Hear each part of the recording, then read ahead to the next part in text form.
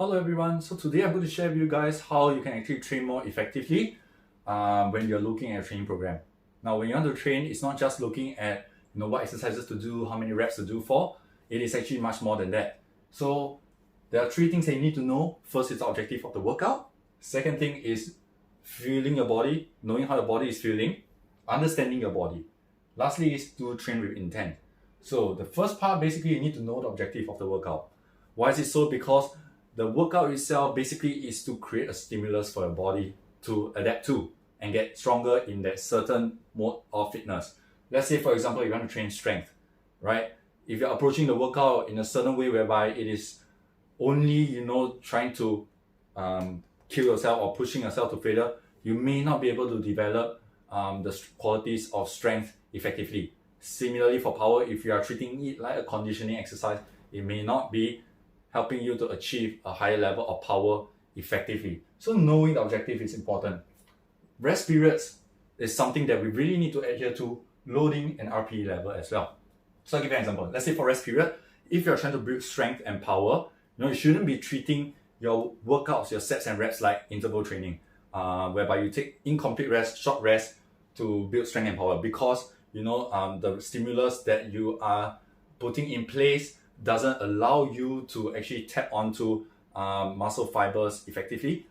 Essentially, let's say if the muscles are fatigued, you won't be able to develop strength and power effectively, because you won't be generating enough force, you won't be generating enough acceleration to build those qualities itself.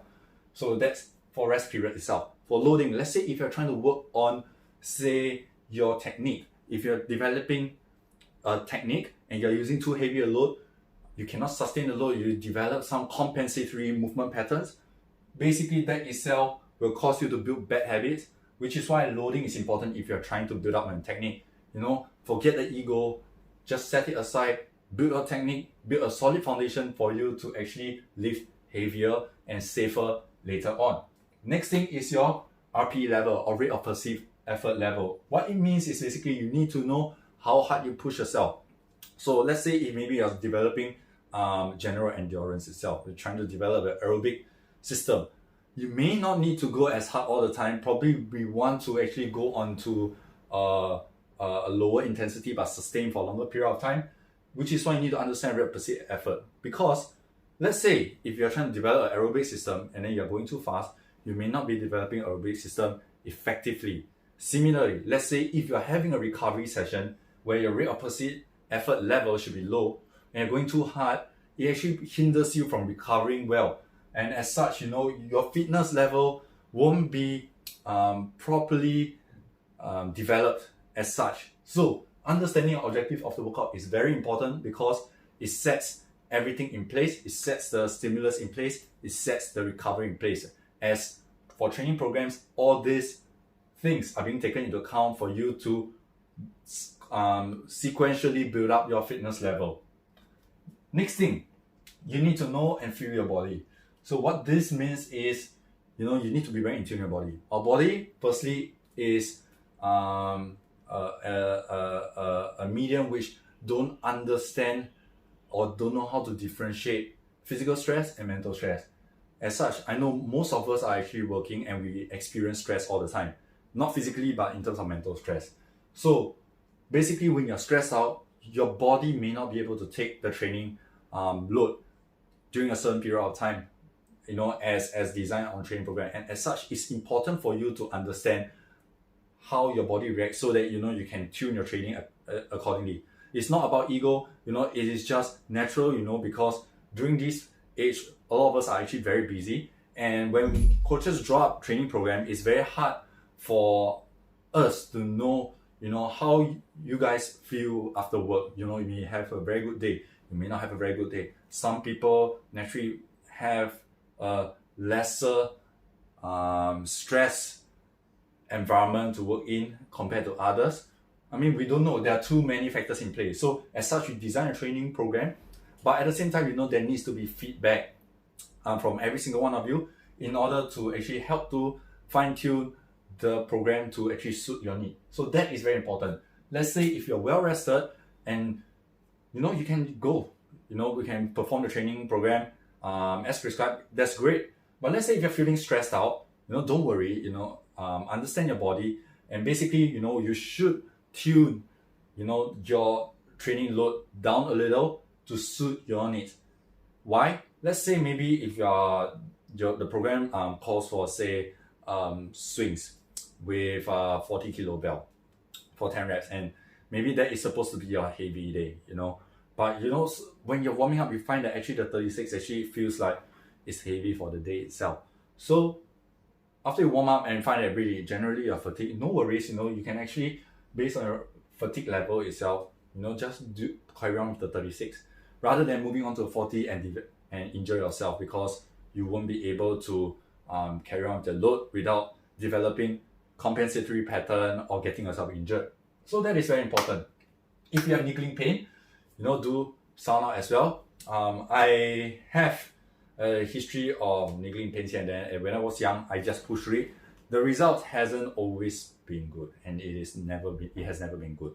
So it is very important to sound it out early. I know you guys have been making gains and you want to continue, you are anxious to continue to make gains. But the thing is, do know that this niggling pains, when it starts to become a huge thing, when it starts to hurt every time you make a small little movement, it's going to stop you from training for an even longer period of time. So rather than that, we want to nip it in the bud. Maybe take 1 week off training, get it healed up, and then we continue. That's a better deal. Logically, I know everyone, you understand, but we sometimes just got to tell ourselves to, don't be a hero, rest it up, because we are in it for long term, we're in it for long-term gains. We don't want this thing to affect us, throughout the rest of our training journey itself.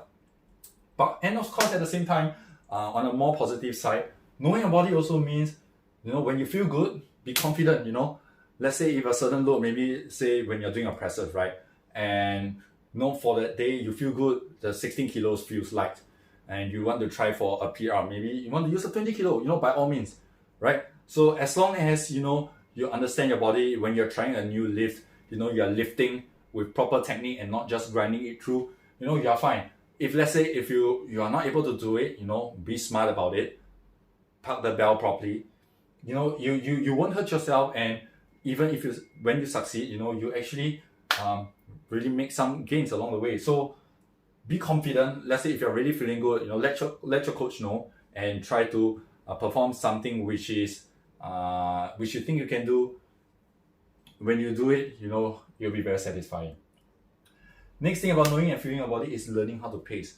So this is very important, because when you know and feel your body, first thing you need to know is you need to know what is easy effort, what is a moderate effort, what is a hard effort, and this whole entire spectrum in between.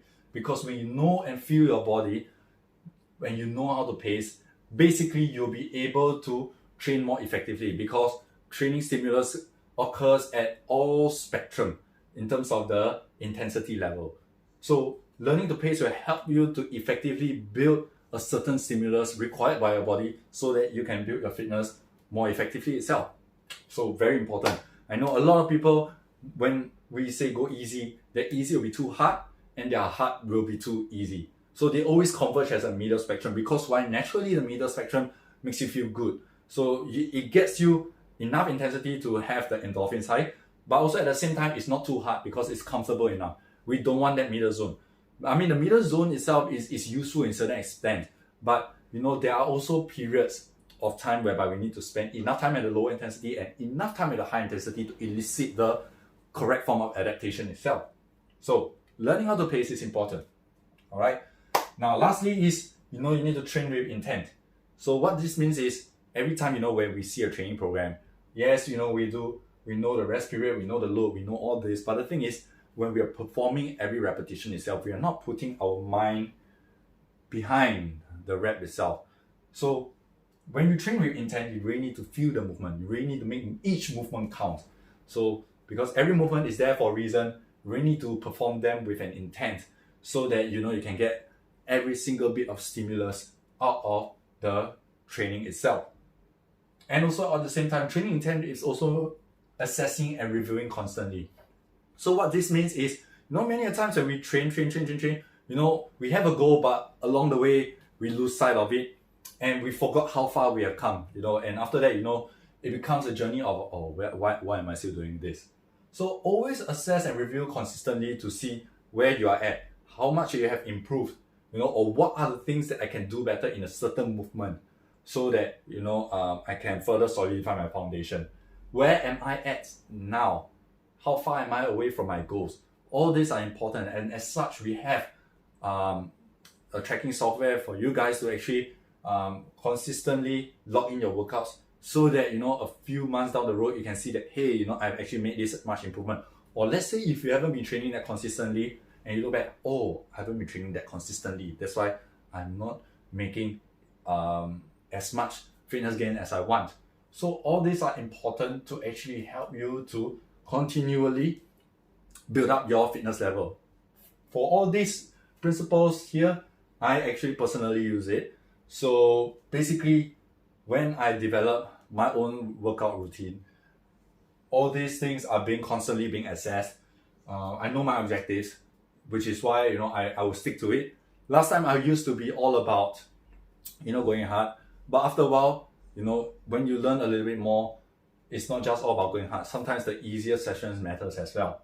And I learned how to feel my body, especially after I come out to work after university. I find that I'm not able to perform workouts to the volume or the level that I would like to be as compared to when I was studying, because I'm facing a little bit more stress, sometimes lesser sleep.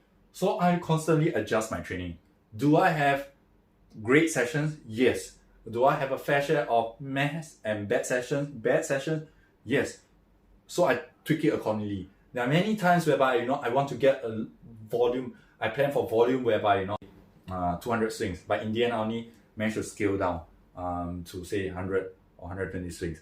I mean, it's really fine, because ultimately we don't want to put ourselves in a stage of overtraining itself, and we want to have longevity in training and not get injured. So after I had developed this style of training, or this mentality in terms of training, I fall sick lesser, and also at the same time I don't get injury as much as probably last time. So that's very important. And lastly, training intent.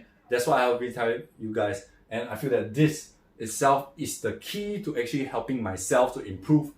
So it really helps to solidify my movement, and for those people whom I seen train with intent, actually help themselves build their fitness at a much faster rate. So if you are able to pick up all these three, write them down in a notebook, think about it every time when you train, or just before you train, look through all these again. It will help you to train more effectively. So if you guys have any questions, feel free to drop me a WhatsApp, and I'll gladly answer them.